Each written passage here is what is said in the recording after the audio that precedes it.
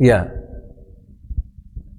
sebelum saya lanjutkan, ada sedikit pemberitahuan tentang bagaimana tips agar kita bisa mengikuti perkuliahan bahasa Yunani dengan baik ya.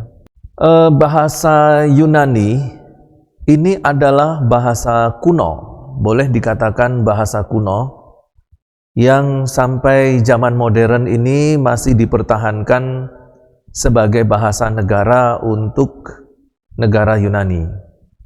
Tetapi bahasa ini masih tetap dikategorikan sebagai bahasa kuno karena bahasa Yunani ini sudah ada sebelum tahun Masehi, dan bahkan 500 tahun sebelum Masehi bahasa Yunani sudah ada. Itu berarti bahwa kalau di kelas ini kita sekarang belajar bahasa Yunani, itu agak sedikit berbeda dengan bahasa Inggris. Belajar bahasa Inggris. Karena yang kita pelajari adalah bahasa kuno dengan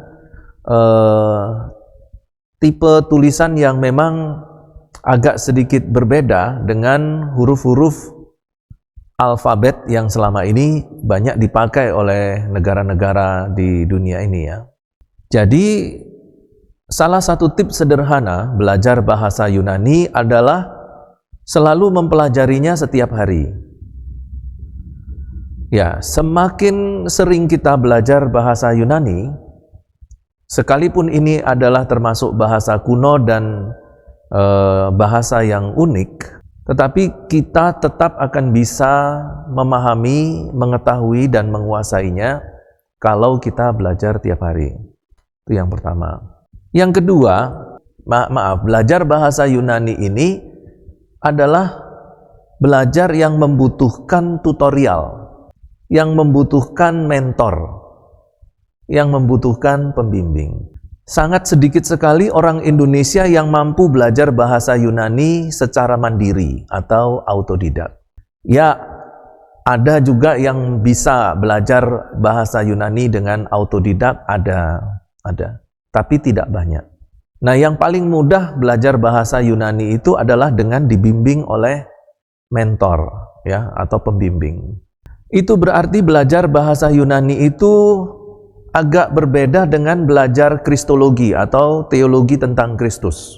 Kalau kita belajar kristologi, tidak perlu dosen, kita bisa memahami, mengetahui, dan menguasai bahan. Yang penting ada bukunya. Ya, belajar sistematika teologi, belajar dogmatika, belajar sejarah gereja, belajar etika, itu tidak perlu dosen. Kalau seandainya pun dosen sakit selama 1 semester, kalian bisa lulus dengan nilai memuaskan.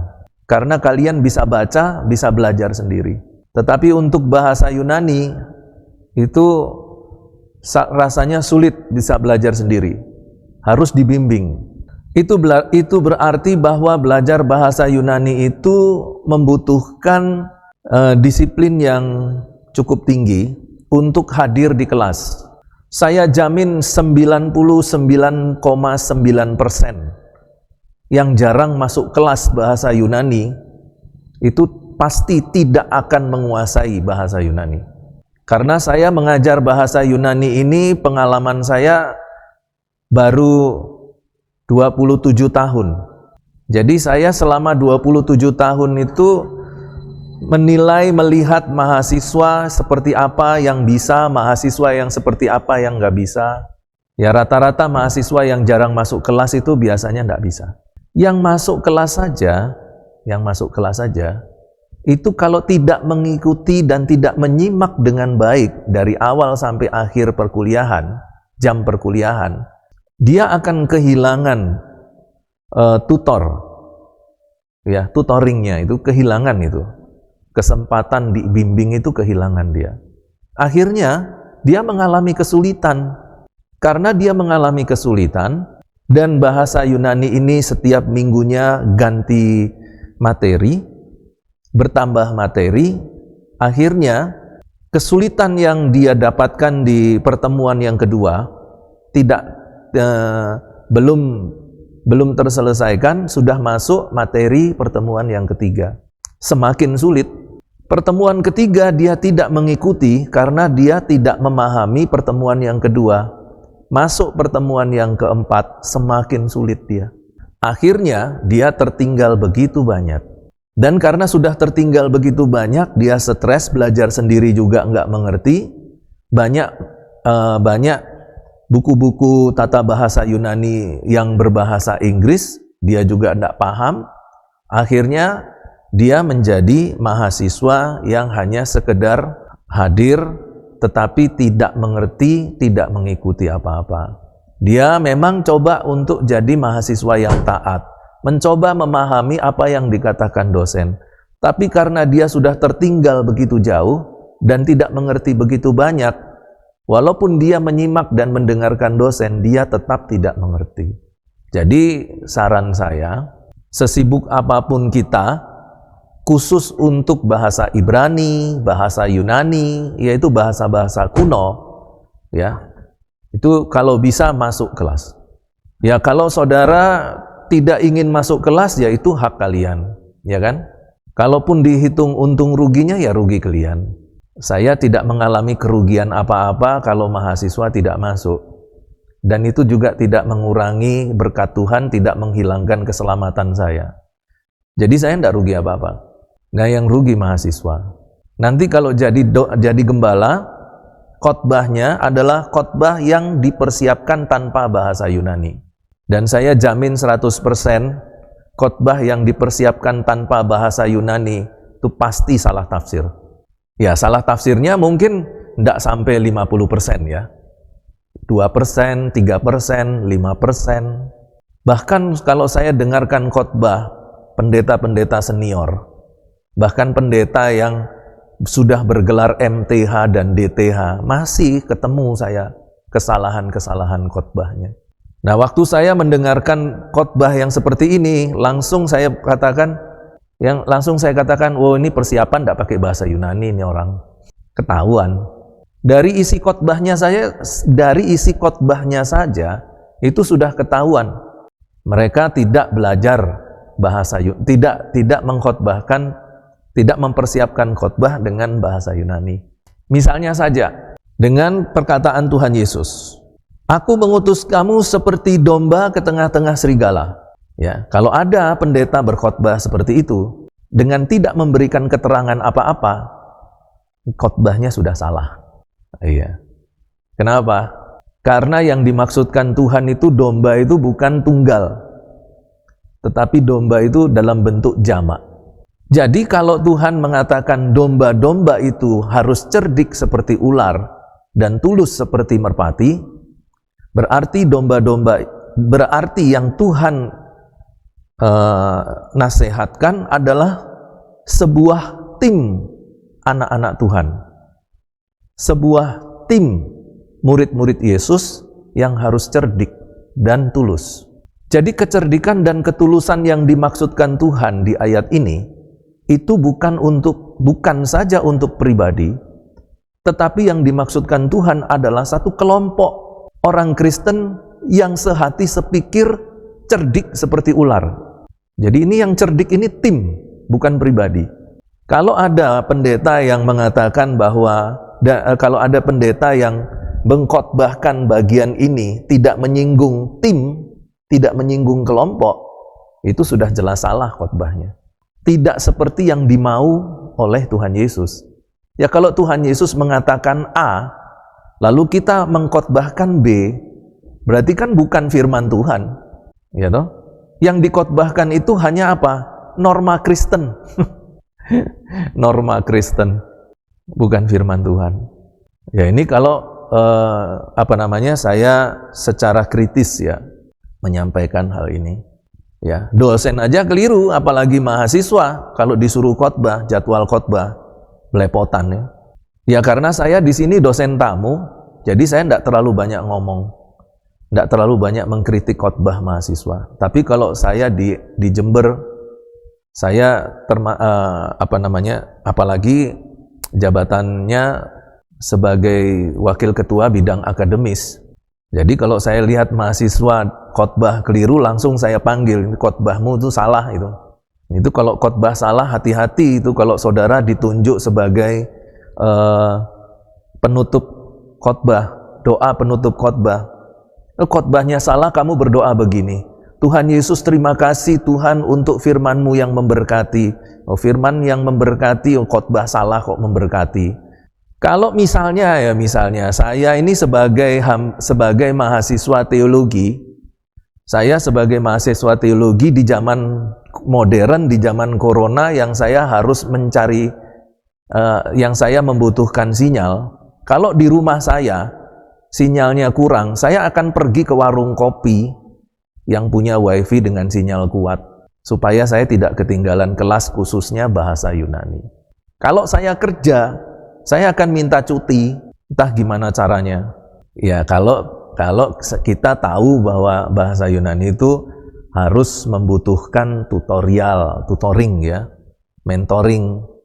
Tapi kalau kamu merasa tidak butuh mentor, ya gunakan itu kesempatan tidak masuk kuliah 3 hari, 3 kali pertemuan. Ya gunakan kesempatannya. Kan kalau bolos itu kan boleh sampai 3 kali kan? Ya gunakan bolosnya itu sebanyak-banyaknya, semaksimal-maksimalnya. Kalau perlu 3 kali. Nanti 3 kali bolos, 3 kali izin gitu.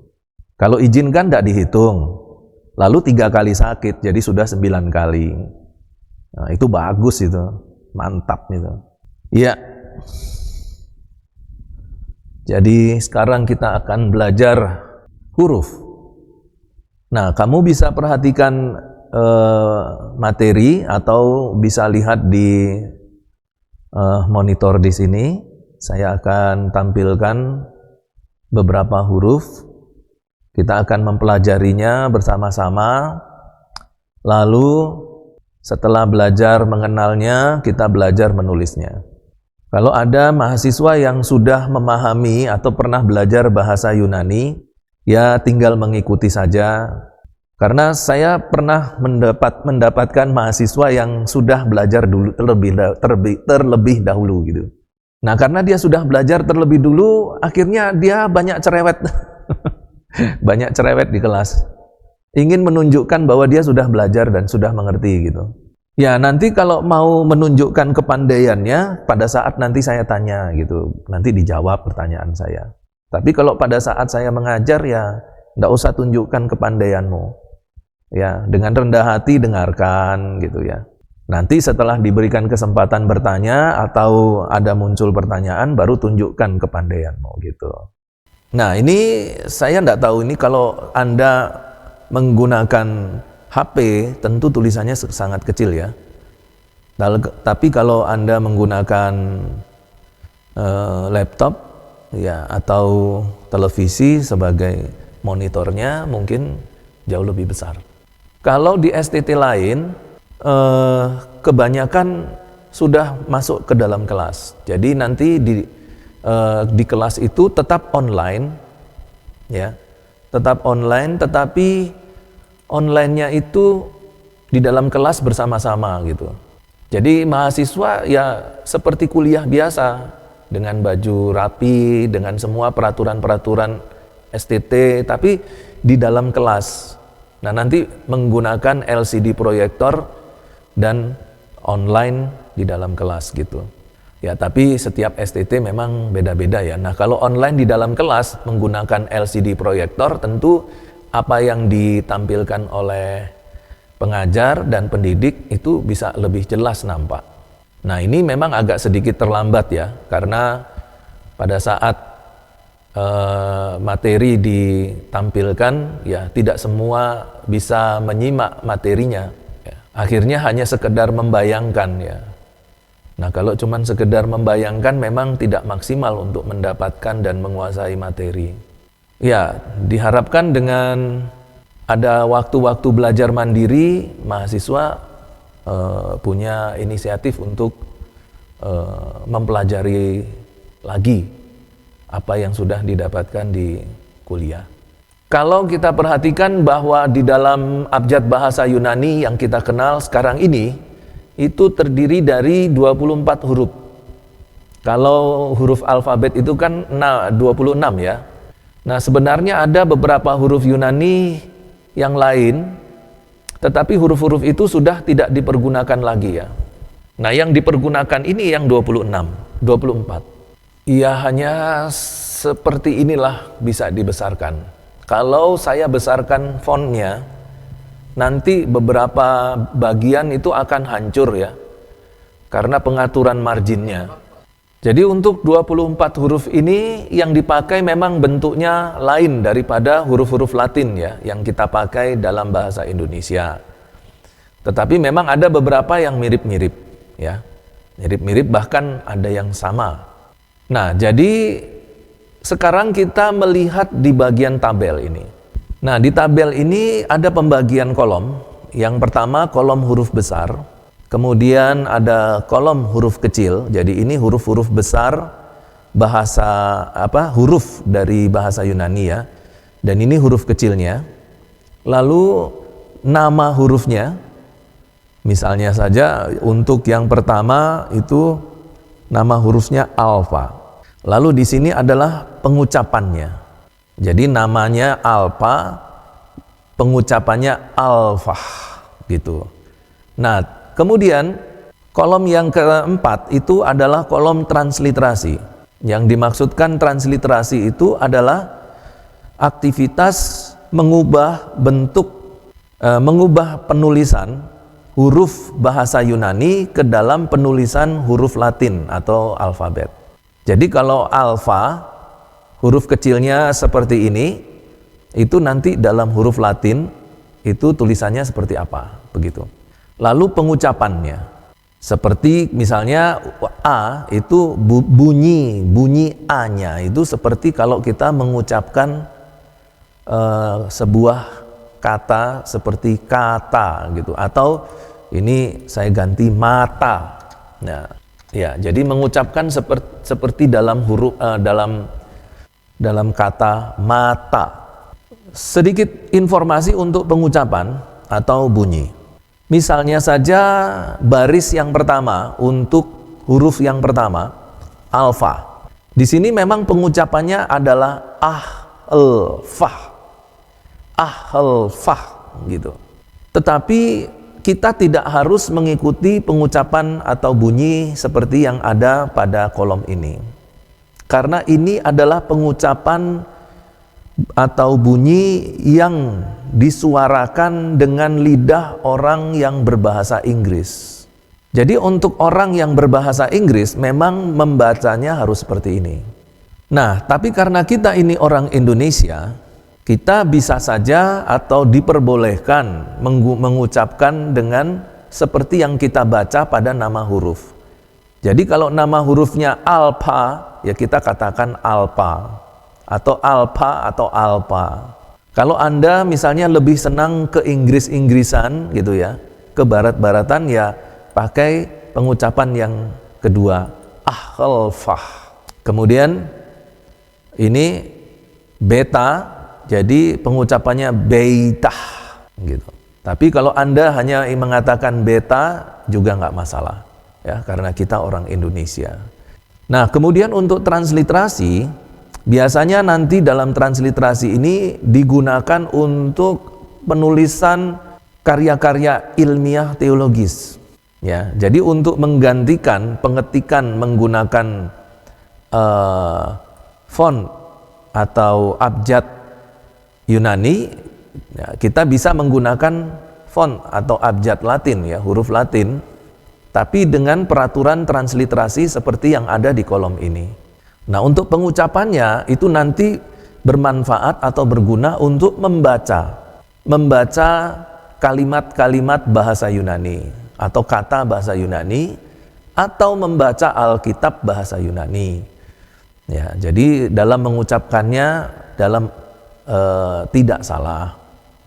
Ya, begitu juga ketika kita melihat transliterasi, kita lihat A, kita bacanya seperti dalam kata mata, gitu. Nah, itu saja untuk pengenalan dari beberapa kolom yang ada di tabel ini, dan sekarang kita mulai dengan huruf yang pertama.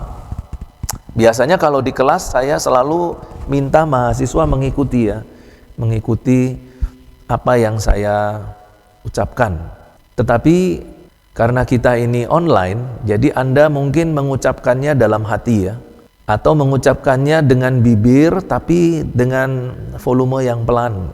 Karena kita ada di mana, warung kopi kek, atau di mana gitu ya. Ya, jadi pelan-pelan aja. Baik, huruf yang pertama alfa. Ya, kita lihat huruf besarnya seperti ini, huruf kecilnya pengucapannya ahlfah. Lalu transliterasinya dengan menuliskan seperti huruf A Latin biasa, pengucapannya mata. Kemudian huruf yang kedua yaitu beta. Perhatikan huruf besarnya, huruf kecilnya, pengucapannya baitah. Ditulis dalam abjad Latin huruf B biasa. Diucapkan seperti kata biru. Kemudian huruf yang ketiga itu gamma. Ya, seperti ini huruf besarnya, lalu ucapannya gula, seperti pada kata gula. Kemudian berikutnya delta. Ya, penulisan bentuk hurufnya seperti ini, besar, kecil, lalu transliterasinya, pengucapannya delta, dan dibaca seperti kata dalam kata dasi, dasi, delta. Huruf berikutnya epsilon, diucapkan seperti pada kata kakek, ya, epsilon, kakek, pengucapannya epsilon. Kemudian zeta, ya, huruf besar kecil, transliterasi, pengucapannya delta. Zeta ya, zeta. Nah, ini nanti ada seperti pada kata zat. Kemudian eta, seperti ini bentuk hurufnya, diucapkan seperti pada kata merah, eta, merah. Kalau ini kakek, jadi kalau epsilon itu kalau eta itu jadi beda ya. Epsilon itu dia lebih triple ya. Kalau nya lebih ke arah triple, eta, nyaring, nya nyaring. Kalau eta, maaf. Kalau epsilon itu nya nyaring ya, kakek gitu ya. Tapi kalau eta itu nya itu medium, belum low ya, medium. Jadi merah. Karena huruf itu kan untuk membacanya ada 3 ya.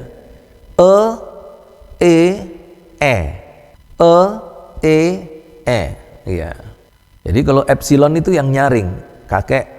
Eta itu medium, merah, yang di tengah-tengah. Kalau yang satu lagi lebih rendah, ya.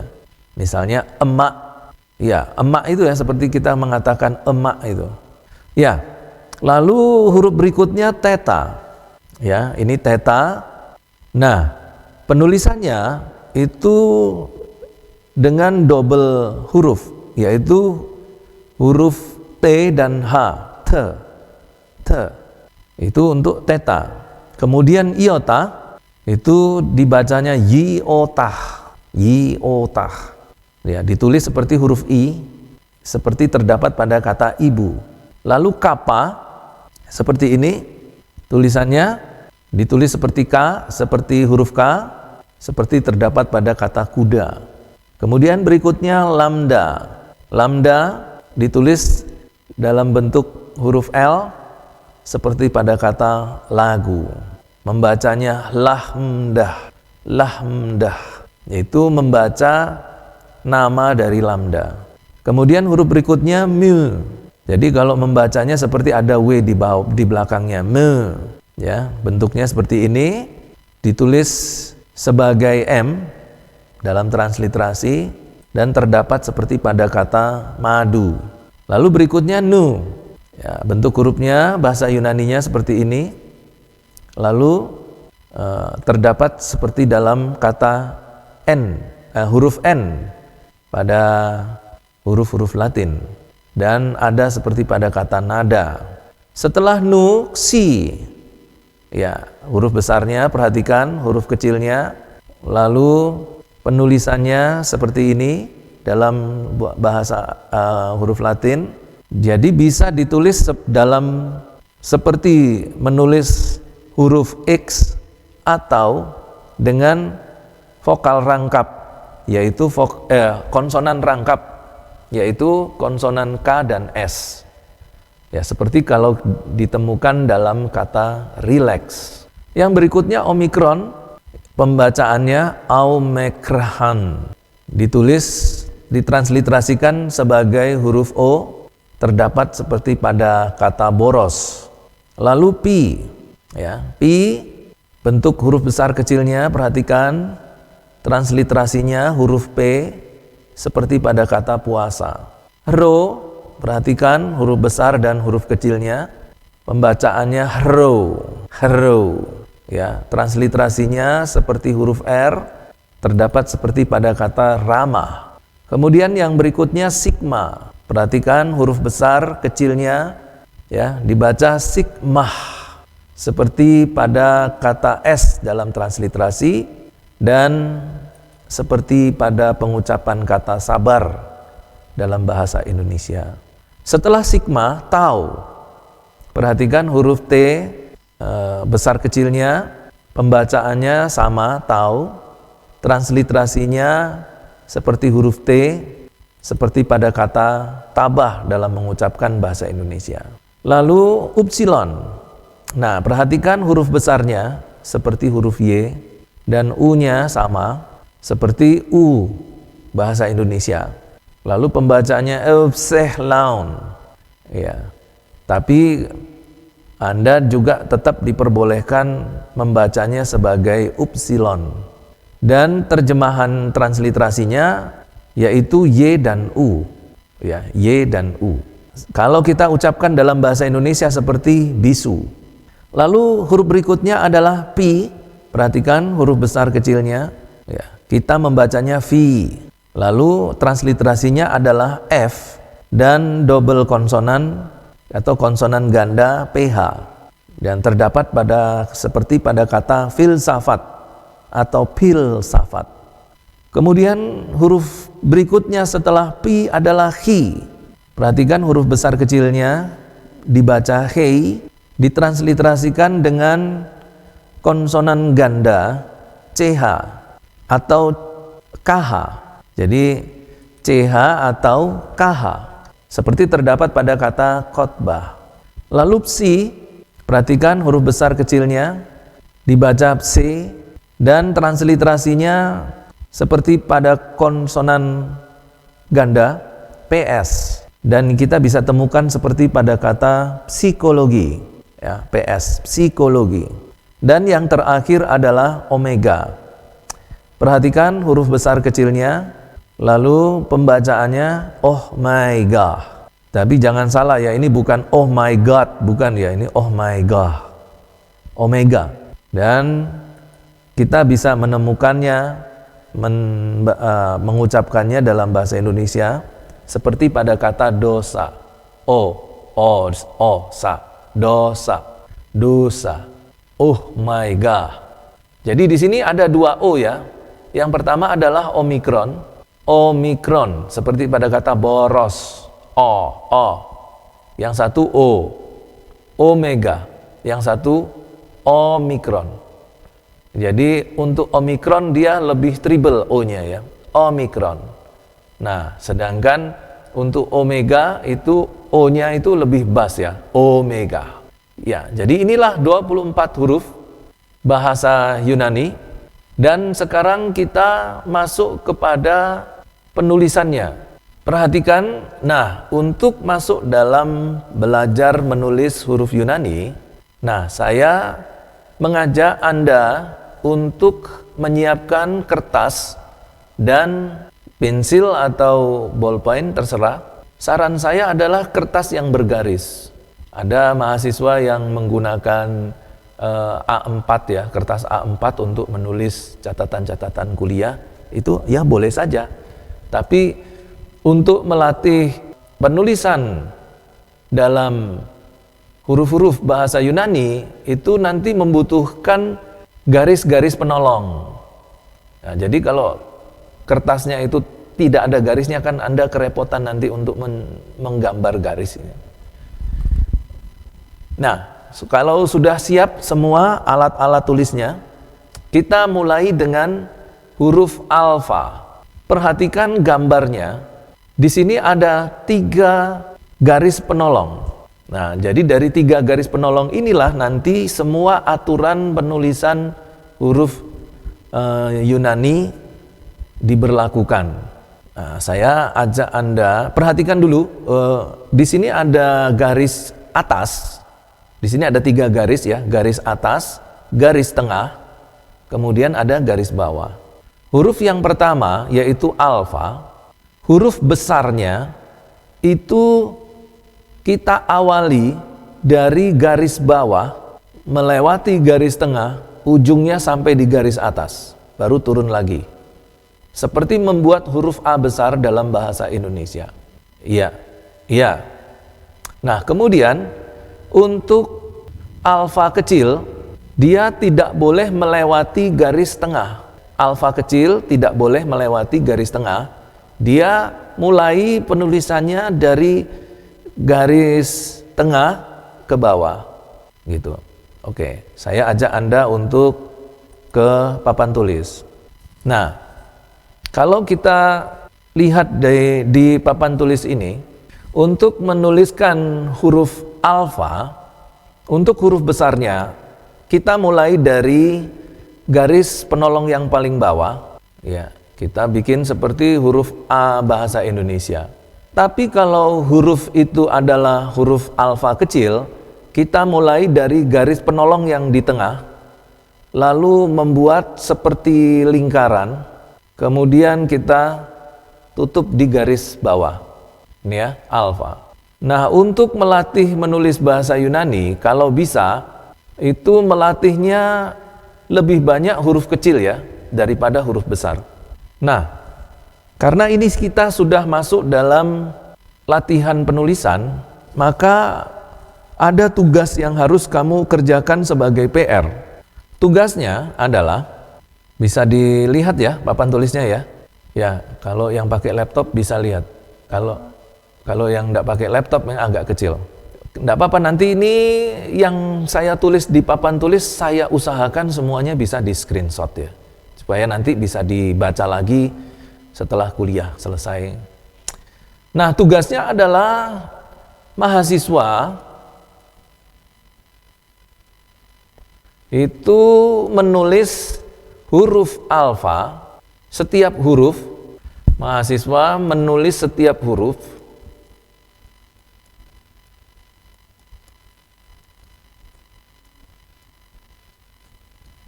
itu sebanyak 25 baris. Ya. Jadi kalau misalnya ini saya geser sedikit ya. Nah, kalau dalam sebuah lembar begini, lembar kertas, yang dimaksudkan 25 baris itu adalah dari margin kiri atau rata kiri atau batas kiri, dari batas kiri ditulis sampai batas kanan. Nah, itu 1 baris. Berarti kalau 25 ya tinggal terus tulis 2, 3, 4, 5, 6 dan seterusnya. Nah, di sini itu ditulis huruf alfa semua, alfa gitu ya. Jadi untuk huruf alfa itu 25 baris. Dikumpulkan minggu depan. Dan semua penulisan 25 baris ini berlaku untuk huruf alfa sampai omega. Gitu ya. Nah, ini kan kita baru belajar alfa nih. Kita baru belajar alfa. Sekarang huruf yang kedua yaitu huruf beta. Huruf beta. Nah, nanti huruf beta Anda kerjakan juga sebanyak 25 baris. Nah, sekarang kita kembali ke Microsoft Word sebentar. Kita lihat huruf betanya. Nah, ini adalah huruf beta. Perhatikan dalam menulis huruf beta, Pada saat Anda menulis huruf beta, perhatikanlah arah anak panah itu. Perhatikan di sini untuk huruf besarnya seperti menulis huruf besar bahasa Indonesia, Latin, dan dia mulai dari batas bawah sampai mentok batas atas. Itu untuk huruf besarnya, dan untuk huruf kecilnya juga sama. Ya, mulai dari batas bawah mentok batas atas. Hanya dalam huruf beta dia punya ekor. Nah, ekornya itu harus melebihi batas bawah. Seperti pada contoh gambar ini. Nah, nanti menulisnya seperti pada contoh di bagian bawah ini ya. Dalam lembaran kertas pada satu baris itu. Nah, jadi kalau kita menuliskan beta, seperti huruf besar biasa bahasa Indonesia, iya. Nah, yang harus diperhatikan pada saat menulis bahasa Yunani, kalau bisa jangan sampai pena kita atau pensil kita itu berhenti. Jadi dia harus satu coretan. Misalnya huruf B besar itu satu coretan saja mulai dari bawah, ya, itu jangan berhenti. Jangan berhenti, terus lanjutkan. Terus jangan dihentikan penanya, satu coretan membuat huruf B. Gitu. Begitu juga untuk huruf kecilnya, satu coretan, jangan disambung-sambung ya. Kalau sambung-sambung itu seperti ini contohnya. Nah, terus berhenti lagi, terus buat lagi gini, gitu. Itu berarti 3 coretan, 1, 2, 3. Tapi untuk menulis bahasa Yunani, jangan sampai pena kita itu terhenti dan membuat coretan yang lain. Jadi 1 kali coretan 1 huruf. Iya. Beta. Jadi jangan lupa ini ekor ya. Jangan lupa untuk huruf kecilnya itu ditambahkan ekor. 1 coretan.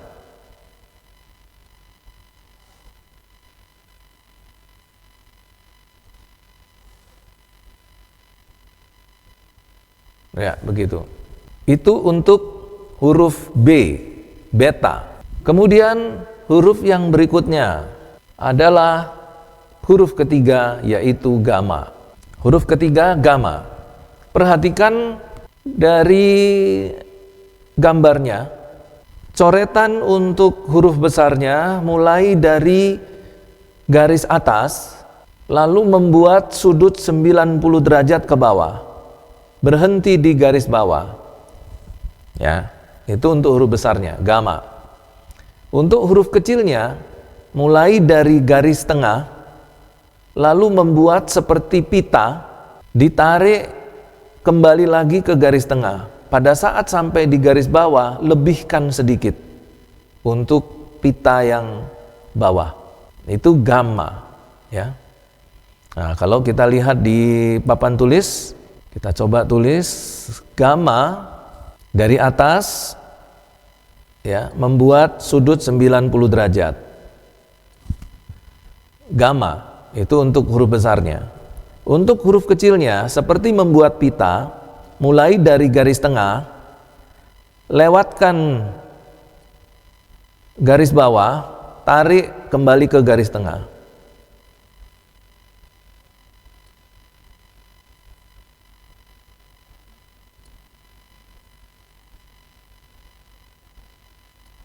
Ya, gamma. Jadi jangan lupa beta 25 baris, gamma juga 25 baris. Ya, itu untuk gamma. Kemudian yang berikutnya adalah delta. Alfa, beta, gamma, delta.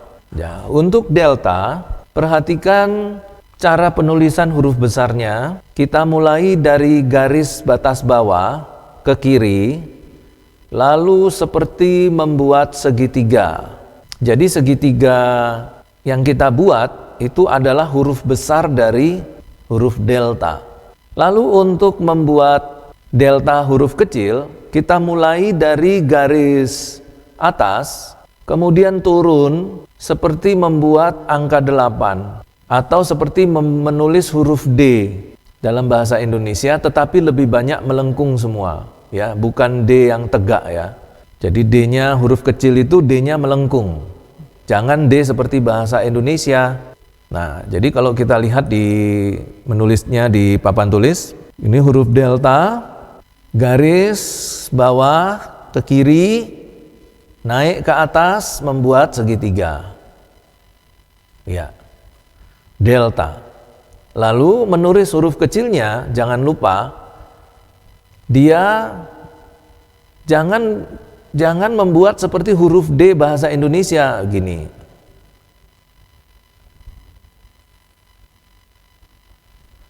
D. Tapi harus lebih banyak lengkungan. Jadi mulai dari baris atas gini, tarik, nah, delta.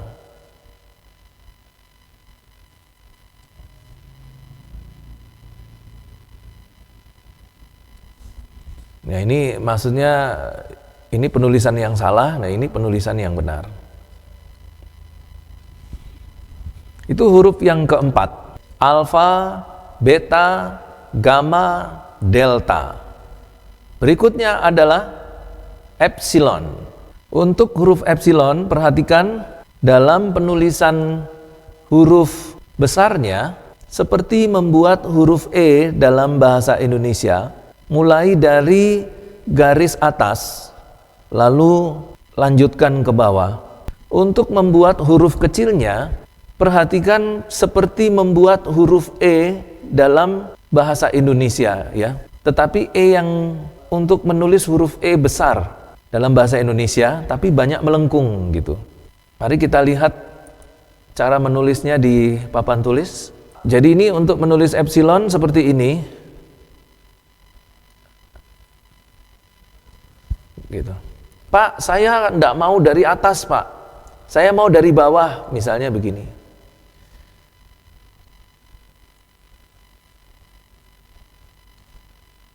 Nah, ini dari bawah, ya boleh aja, yang penting nanti jadinya seperti ini gitu. Itu untuk huruf besarnya. Lalu untuk huruf kecilnya, kita seperti membuat huruf E besar, tapi banyak melengkung, ya. Jangan membuat sudut. Seperti membuat separuh dari angka 8. Iya, ini epsilon.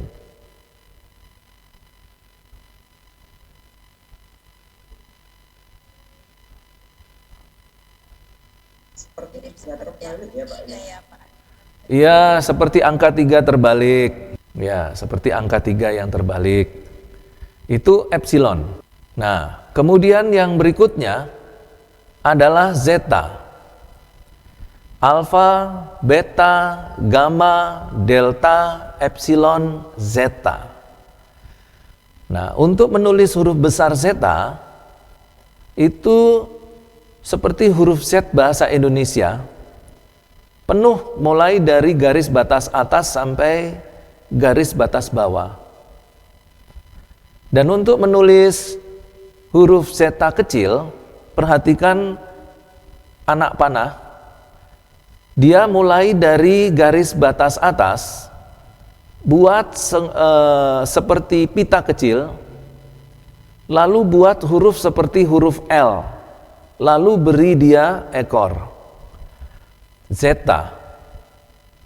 Ya, mari kita lihat. Oh, bentar. Microsoft Word nih. Nah, itu zeta. Saya ulangi ya. Untuk menulis huruf besar zeta, itu seperti membuat huruf besar Z, tetapi size-nya itu mulai dari batas atas sampai batas bawah. Ya, ukuran besarnya itu. Dan untuk zeta kecil, mulai dari batas atas, buat seperti pita kecil, lalu bikin seperti huruf L, lalu berikan ekornya pada melewati garis batas bawah. Oke, kita lihat papan tulis.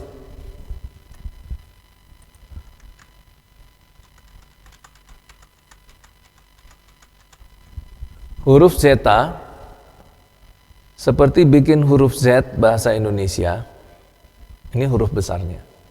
Nah, untuk huruf kecilnya, mulai dari batas atas, bikin seperti pita kecil, lalu bikin seperti huruf L.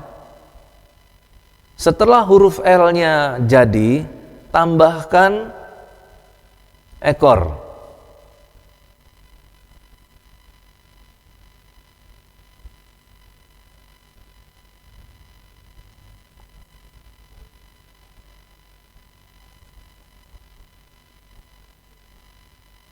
Iya.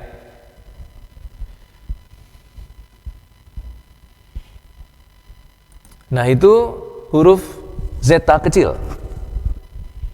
Ya. Setelah huruf zeta, kita masuk ke huruf berikutnya, yaitu eta. Bentar. Ya, ini huruf eta. Coba perlahan-lahan ikut bersama saya. Mulai dari alfa, beta, gamma, delta. Setelah delta apa? Epsilon, Pak. Iya, setelah itu? Zeta. Ya, setelah itu eta, ya. Eta. Jadi alfa, beta, gamma, delta, epsilon, zeta, eta. Ya, jadi perhatikan untuk eta, huruf besarnya itu seperti huruf H bahasa Indonesia. Nah, sedangkan huruf kecilnya seperti kita membuat huruf N ya dalam bahasa Indonesia. Tetapi pada bagian yang terakhir itu tambahkan ekor. Gitu.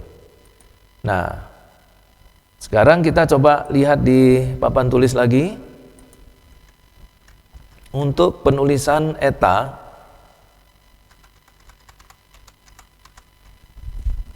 ya, untuk menulis eta huruf besarnya seperti membuat huruf H. Oke, semua bisa lah ini ya. Nah, untuk huruf kecilnya mulai dari baris tengah seperti membuat huruf N. Ya, kalau ini boleh diputus ya membuatnya. Nah, jadi kalau misalnya ndak usah diputus jadi satu coretan, ini dua coretan ya.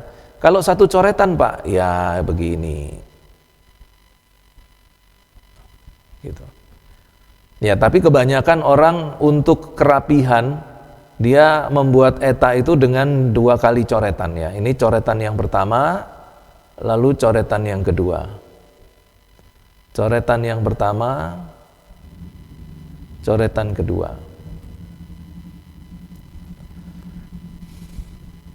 Ya, eta.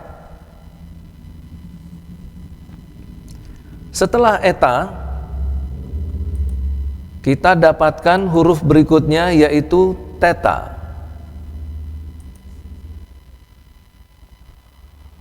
Nah, kita mulai lagi dari awal. Alfa, beta, gamma, delta, epsilon, zeta, eta, theta. Ya. Nah, sekarang huruf theta, untuk menulis huruf besarnya, ukurannya adalah mulai dari batas atas sampai batas bawah. Lalu kita membuat seperti huruf O yang besar, dengan ukuran batas atas batas bawah. Lalu di tengah-tengahnya kita beri strip tengah,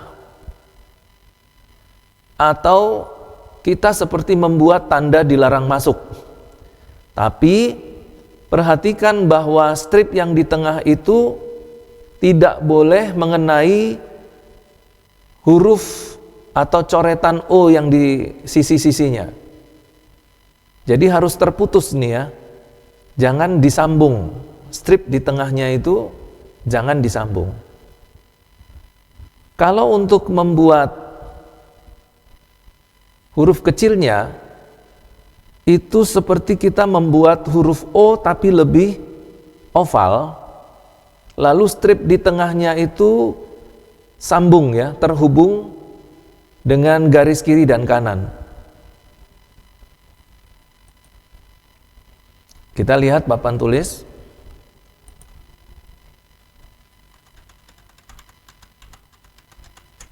Ya, jadi kita seperti membuat huruf O, berarti O-nya ini bulatnya harus hampir bulat ya.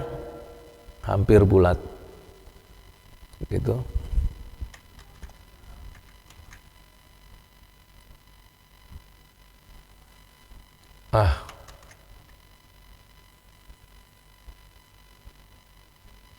Oke. Lalu kita buat strip di tengah, tapi jangan menyambung ke sisi kiri kanannya ya. Ya, terpisah gitu. Terpisah. Nah, untuk huruf kecilnya itu juga mulai dari garis batas atas sampai garis batas bawah, dan dia lebih oval. Lebih oval, dan garis di tengahnya itu sambung. Nah, tapi ada juga yang menuliskannya seperti ini, theta. Jadi ini boleh dengan dua versi ini ya, cara menulisnya. Atau buat oval,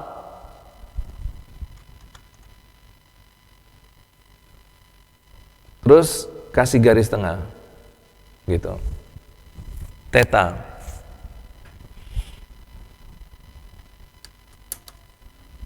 Lalu berikutnya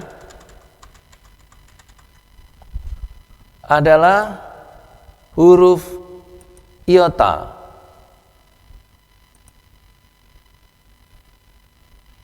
Nah, untuk huruf iota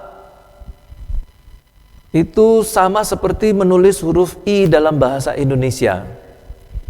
Jadi kita lihat menulis huruf besarnya dari batas atas sampai batas bawah dengan satu garis saja lurus, vertikal.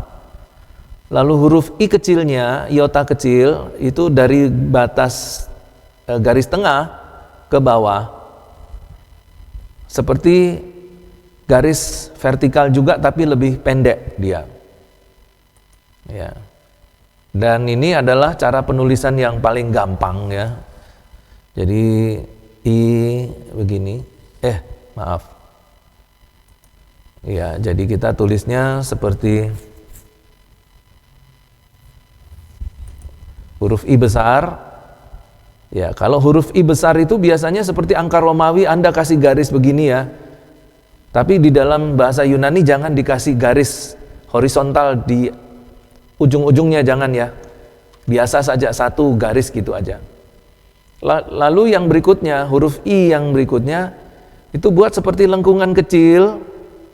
Lengkungan kecil di baris tengah, mulai dari baris batas tengah, lalu buat lengkungan kecil lagi di batas bawah. Dan jangan diberi titik. Ya. Jangan diberi titik. Jadi huruf iota dalam bahasa Yunani tidak menggunakan titik di atas huruf I. Nah, ini gampang ini ya. Kita lanjut berikutnya, yaitu huruf kappa.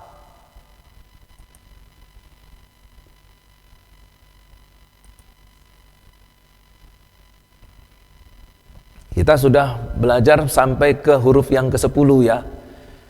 Alfa, beta, gamma, delta, epsilon, zeta, eta, theta, iota, kappa. Nah, huruf kappa itu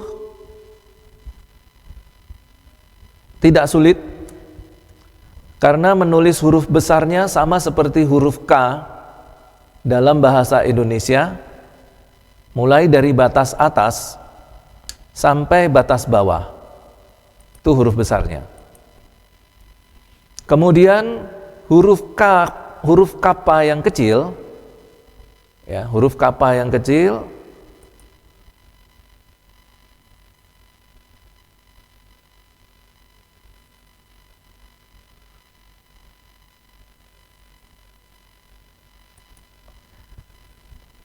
ya, untuk huruf kappa kecil itu seperti menulis huruf besar bahasa Indonesia, huruf K besar, tapi ukurannya diperkecil, yaitu mulai dari batas tengah sampai batas bawah. Ya. Sebenarnya ini mudah, tapi ya karena kita tetap harus belajar menulis, jadi tetap harus dituliskan ya.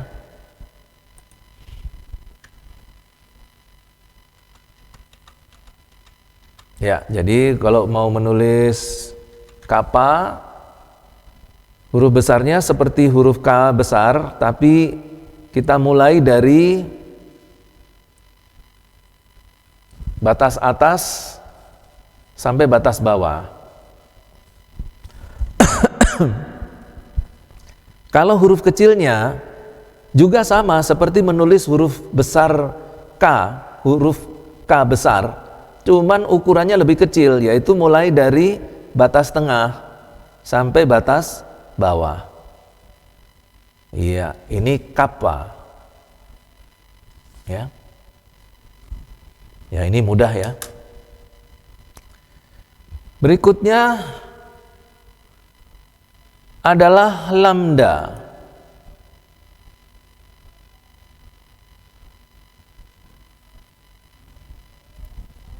Jadi setelah kappa, lambda. Ya, alfa, beta, gamma, delta, epsilon, zeta, eta, theta, iota, kappa, lambda. Huruf lambda, huruf besarnya itu seperti membuat segitiga, tapi tidak ada garis bawah horizontal, tidak ada. Jadi seperti membuat huruf A tapi yang tidak diberikan garis tengah. Ini sih Pak, belum diubah anunya Pak. Oh, iya, iya. Ya, ini lambda. Untuk menulis huruf besar lambda, perhatikan seperti menulis huruf A bahasa Indonesia, tapi jangan diberikan coretan tengah, garis tengah ya. Jangan diberi garis tengah, atau seperti membuat segitiga, tapi sisi bawahnya jangan dibuat. Lalu untuk membuat lambda yang kecil, itu ukurannya adalah sama seperti membuat huruf lambda besar, mulai dari batas atas sampai batas bawah. Nah, caranya ada dua macam. Ya. Kalau di gambar ini, itu adalah cara yang pertama. Kita buat lengkungan sesuai dengan anak panah, lalu membuat garis miring di tengahnya. Mari kita lihat papan tulis untuk latihan menulisnya.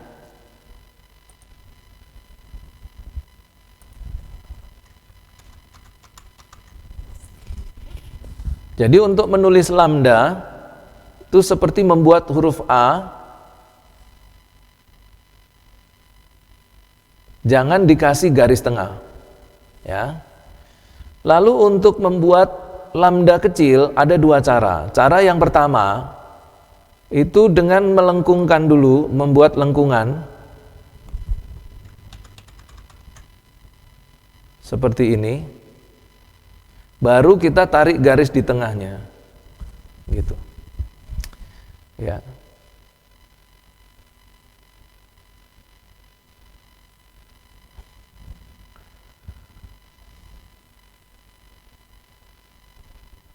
Nah, yang kedua adalah yang seperti ini.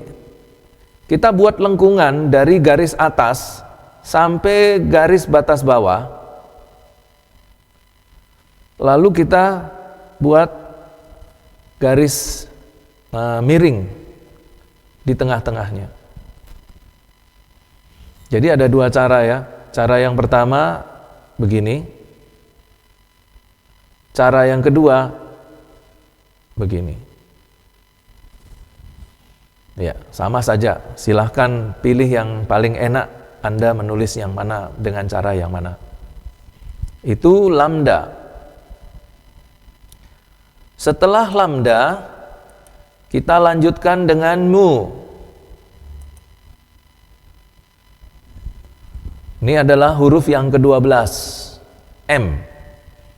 Nah, untuk menulis huruf mu, perhatikan seperti untuk menulis huruf besarnya, itu seperti membuat huruf besar M ya dalam huruf Latin. Lalu untuk dan huruf besarnya selalu dimulai dari batas bawah atau dari batas atas full. Dan ini mulai dari batas bawah, terus ditarik ke atas full, batas atas, lalu seperti membuat huruf M.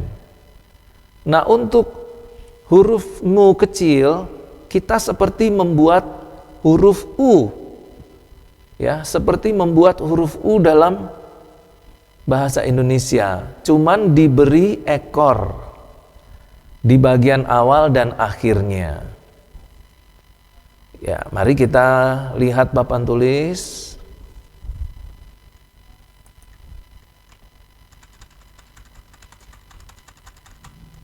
Yang kita pertama buat adalah mu besar,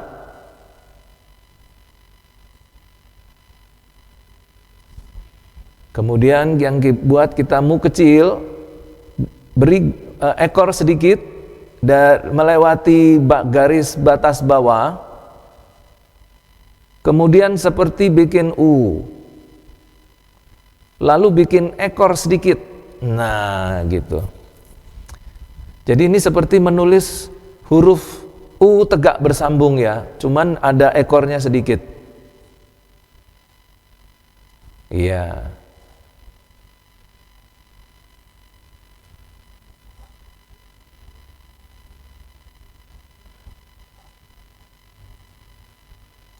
Mu.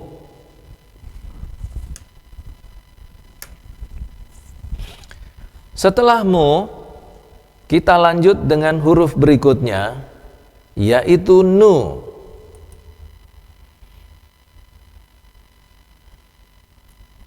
Untuk menulis huruf nu, huruf besarnya seperti huruf N, dari batas atas bawah sama besarnya. Lalu untuk huruf kecilnya, kita seperti membuat huruf V. Nah, ada catatan di sini, pada saat menuliskan huruf nu, itu huruf kecil nu, itu harus digambarkan dengan runcing, sudut runcing.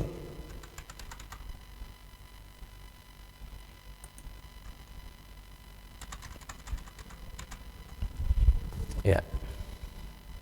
Jadi digambarkan dengan sudut yang lebih runcing. Jadi kalau nu seperti sama, huruf besarnya seperti huruf bahasa Indonesia. Kemudian huruf kecilnya itu bawahnya itu harus runcing seperti huruf V. Begini. Nu. Jangan seperti ini. Ya. Jangan seperti ini. Ya, kalau kita menulis nu gini, ini salah ya. Ini nanti dibaca upsilon ini, u. Ya. Jadi untuk nu, perhatikan sudut bawahnya harus runcing.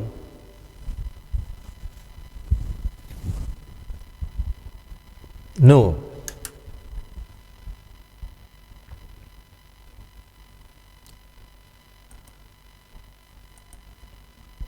Kemudian yang berikutnya adalah Xi. Ya. Huruf Xi, huruf besarnya itu seperti menulis atau menggambar garis horizontal 3. Di batas atas satu coretan garis horizontal, batas tengah dan batas bawah. Yang untuk tengah garis horizontalnya lebih pendek. Lalu untuk membuat si kecil, kita mulai dari batas atas, membuat pita 1 kali, sampai di batas tengah, membuat pita 2 kali, lalu buat seperti huruf L dan beri ekor. Si, ya.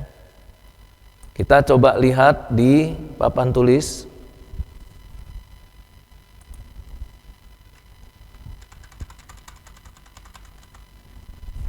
Ya. Untuk huruf Xi besar, ya, kita buat garis horizontal panjang 1, lebih pendek, dan garis di batas bawah garis panjang sama seperti kita buat garis batas atas. Ya, itu untuk huruf besarnya. Nah, untuk huruf kecil, perhatikan, Xi itu bikin 2 pita. Pita yang pertama itu di garis batas atas. Sampai di pita yang kedua, itu batas tengah. Lalu buat seperti huruf L, beri ekor. Ya. 1, 2, L, ekor. Pita 1, pita 2, L, ekor. Pita 1, pita 2, L, ekor. Ya, itu membuat huruf Xi, huruf kecil.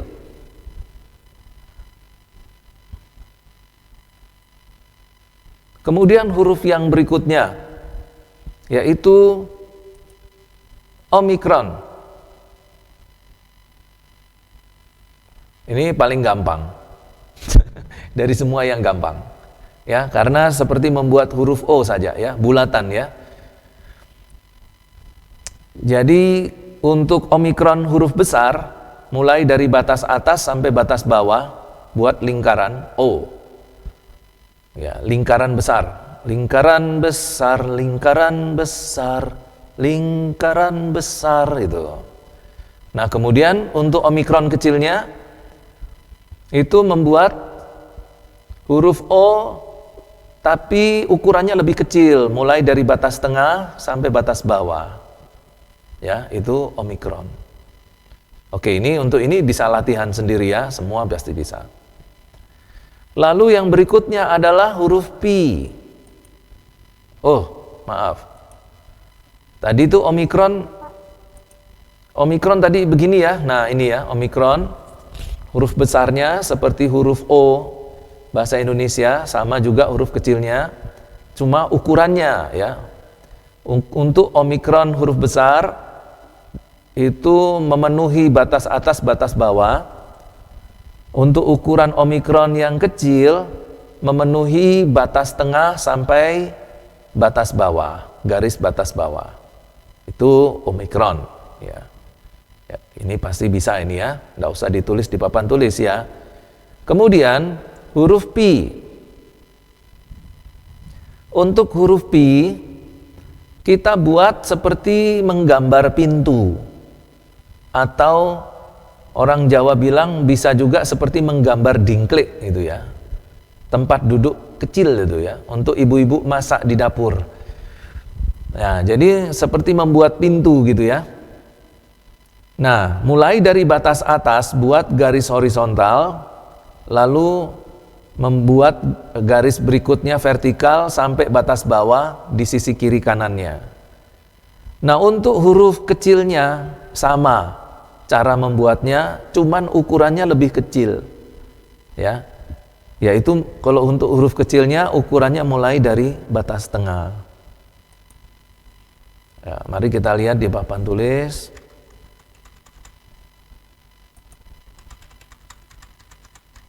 Ya, kita jadi membuat seperti pintu gitu.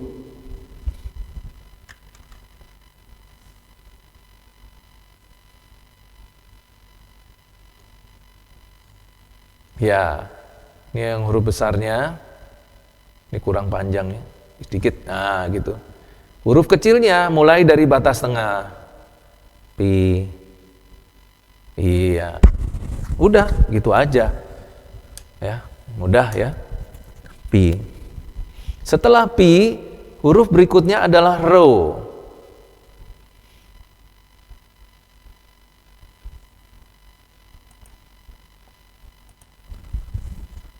Nah, untuk huruf ro, huruf besarnya itu kita menulis seperti kita menulis huruf P. P, huruf P besar. Tapi jangan dibaca P ya. Memang di minggu-minggu pertama itu mahasiswa kalau disuruh baca ro itu dibaca P. Bukan ya. Kan, ini ro, ini R. R. Nah, R besarnya itu P, P besar. Nah, untuk ro kecilnya itu seperti P kecil. Ya, tapi ini harus dibaca ro. Ya. Nah, untuk menuliskannya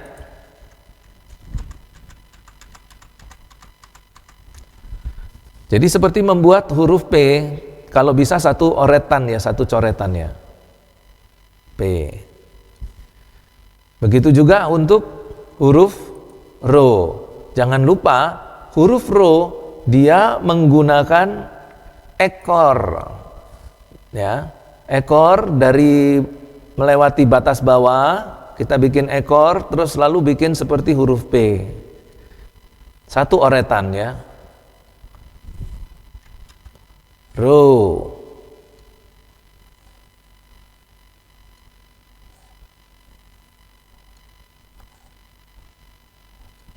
Oke. Ini ro.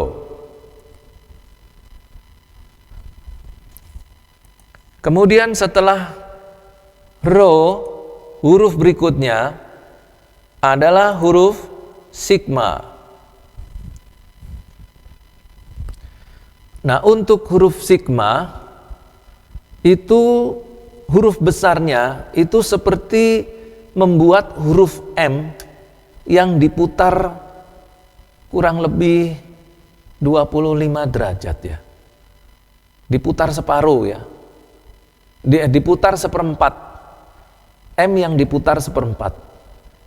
Nah, untuk sigma huruf kecilnya itu seperti membuat huruf O, omikron, seperti membuat huruf O, tapi diberi topi, ada topinya.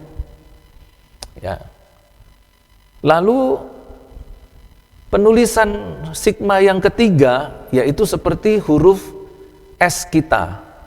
Itu sigma yang ketiga. Mari kita lihat di papan tulis.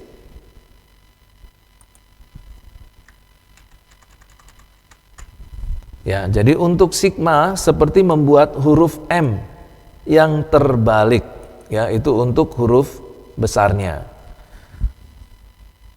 Mulai dari sini batas atas, batas tengahnya bikin sudut, lalu seperti bikin M yang diputar seperempat putaran.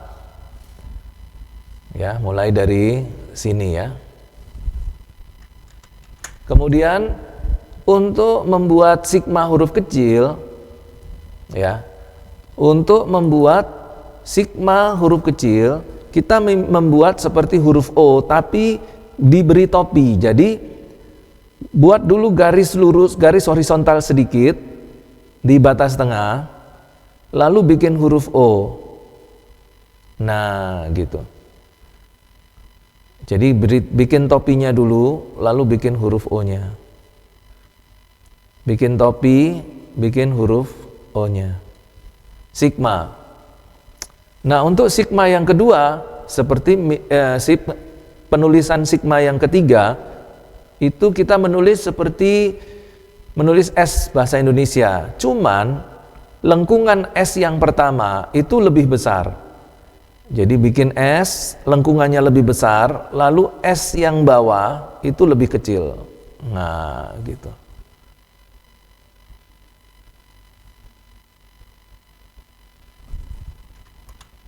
Ya. Jadi ini adalah huruf besar. Ini penulisannya huruf kecil. Dan ini huruf kecil yang kedua. Jadi ada 3 bentuk ya dalam penulisan sigma.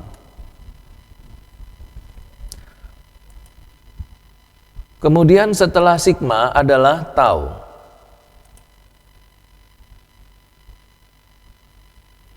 Untuk menulis tau itu tidak sulit ya.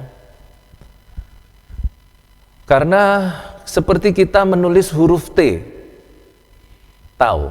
Jadi untuk tau besar seperti T besar mulai dari batas atas ke bawah sampai batas bawah, dan untuk huruf tau kecil itu seperti menulis huruf T mulai dari batas tengah sampai batas bawah. Nah, di bagian bawahnya huruf T kecil buatlah sedikit lengkungan.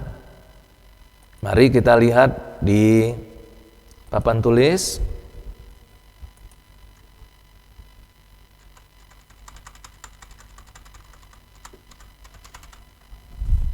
Nah, kalau huruf besarnya seperti kita membuat huruf T biasa,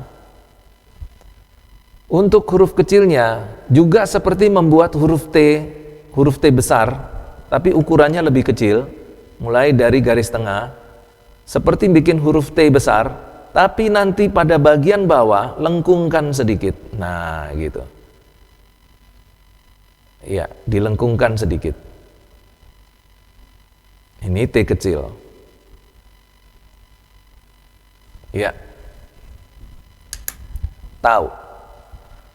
Kemudian yang berikutnya adalah upsilon.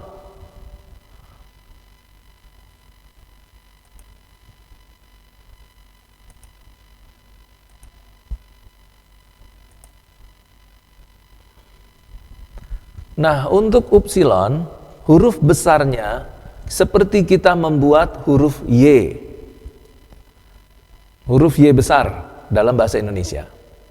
Dan untuk huruf kecilnya itu sama seperti membuat huruf U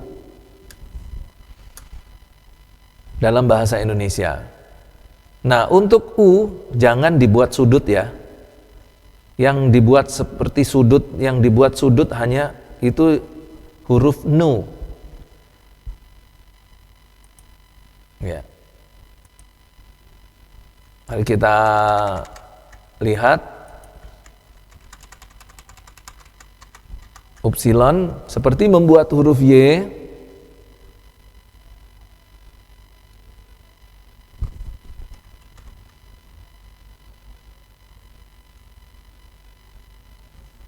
Lalu untuk upsilon yang kecil itu membuat seperti huruf U bahasa Indonesia. Perhatikan, buat lengkungan yang lebih kurvanya lebih besar. Jangan disudutkan ya. Kalau kamu menulis U seperti ini, sudutnya runcing, itu salah. Ya. Jadi kurvanya harus lebih lebar. Seperti bikin U bahasa Indonesia. Itu huruf kecil. Ya, itu upsilon. Kemudian yang berikutnya adalah pi.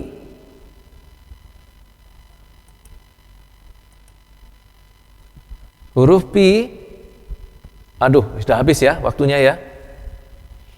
Nah, nanti selanjutnya bisa dilihat di diktat pi, hi, psi, dan omeganya. Bisa dilihat di diktat dan buat 90 baris.